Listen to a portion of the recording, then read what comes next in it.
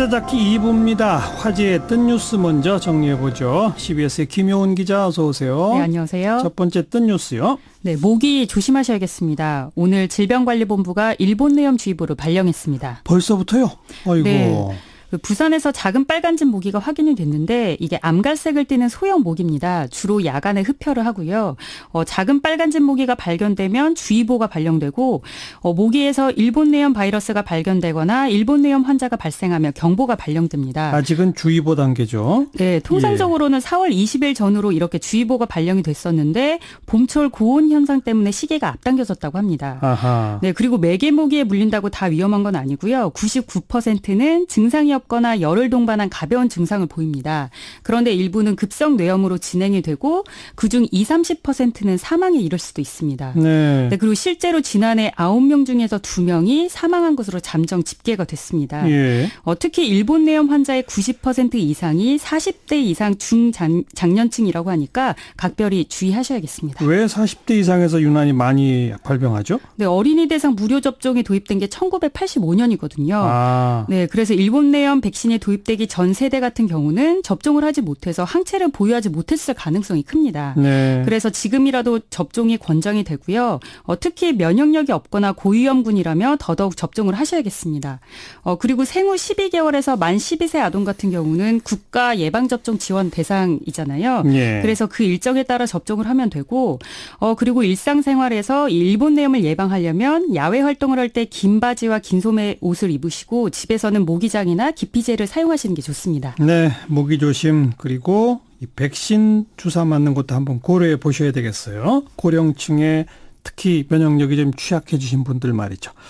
다음 소식이요. 네, 충남 인권조례가 전국에서 처음으로 폐지됐습니다. 결국 폐지됐군. 이게 제의를 또 폐지된 거죠? 네, 그렇습니다. 정확하게 이 충남도민 인권보호 및 증진에 관한 조례 폐지 조례안입니다. 오늘 가결이 됐는데 재석의원 3분의 2 찬성 요건을 충족해서 통과가 됐습니다. 예. 본회의에 참석한 자유한국당 의원 24명 모두가 찬성을 했고 바른미래당 1명, 무소속 의원 1명이 찬성을 했습니다. 민주당은 표결에 불참을 했고요.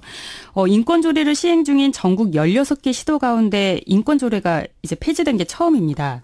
이게 원래 2012년에 국가인권위원회 권고로 옛 한국당인 새누리당 의원들이 주축이 돼서 제정을 했거든요. 예. 그런데 이게 갑자기 동성애 옹호한다, 조장한다면서 지난 2월에 자기들이 스스로 만든 조례를 폐지하겠다고 안건을 상정을 했습니다. 어허. 그런데 이게 문제가 뭐냐면 이 조례 자체에는 동성애 관련 문구가 아예 없거든요. 없어요? 예, 다만 8조 1항에 이런 내용이 있습니다. 도지사는 도민 인권선언을 이행하기 위하여 전담부서를 설치하는 등 제도를 정비하고 정책을 수립, 집행해야 한다. 그런데 이 인권선언이 안희정 전 지사 때인 2014년에 선포가 됐습니다. 예. 이 인권선언에는 성별, 나이, 외모 등 어떤 이유로도 차별받지 않을 권리가 있다라고 이렇게 명시가 되어 있는데 네. 자유한국당 의원들의 입장은 이거죠. 인권선언 문제가 있는데 이 조례가 그 인권선언을 이행한다고 하니까 아예 그냥 조례를 폐지해버려야 한다. 이런 입장이었던 겁니다. 아니 근데 그 인권 선언문에도 성별, 나이, 외모만 있잖아요.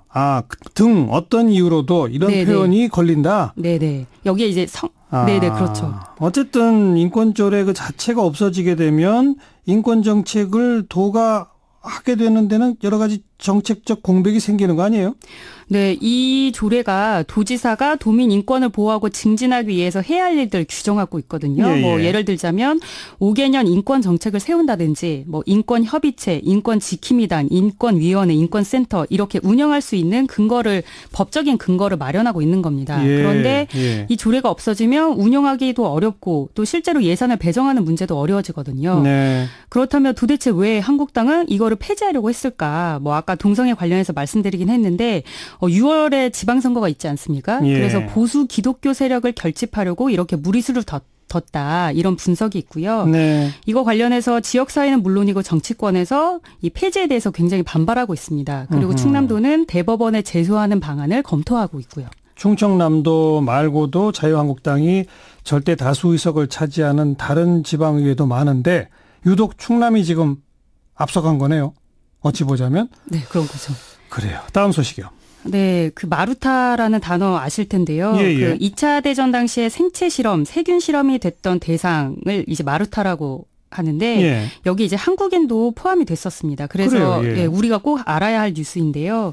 그 일본군 731 부대 군인에게 예전에 박사 학위가 수여됐었는데 그 학위를 취소해야 한다는 움직임이 일본 내에서 일고 있습니다. 그 731 부대가 바로 그 생체 실험을 시행한 그 부대지 않습니까? 네. 근데 거기에 뭐 박사 학위가 수여된 게 있었어요? 네, 일본 국립대학 교토대가 731 부대 관계자 20명에게 박사 학위를 수여했던 사실이 지난 2014년에 처음 알려졌는데요. 그런데 어제 나고야대 명예교수 등을 중심으로 이 학위를 검증해야 한다. 이런 요구 모임이 설립돼서 기자회견을 어제 열었습니다. 예. 네, 그래서 특수 실험에 사용된 실험 동물은 사람이었다는 의혹이 강하다. 인체 실험이 사실이라면 논문은 조작된 것이고 비인간적이다. 교토대는 사람이었는지 검증할 의무가 있다. 이렇게 주장을 했습니다. 뭐 이참에 아주 명명백백하게 밝혀져고 이 생체 실험이 있다는 게 확인되면 꼭 인정하고 사과해야 되겠네요. 네, 그렇죠. 당시 이게 한국인을 비롯해서 중국인, 만주인, 몽골인 등 마르타로 희생된 사람만 3,000명이 넘는 것으로 추산이 되고 있거든요. 3,000명? 네, 그렇습니다. 그래서 이제 당시 패스트, 콜레라균을 비롯한 각종 전염병균을 이제 731 부대에서 연구를 했었는데 예. 이 사람들을 상대로 세균 실험을 자행을 했습니다. 그래서 당시에는 이 마르타 감옥에 한번 들어가면 살아나간 사람이 없다.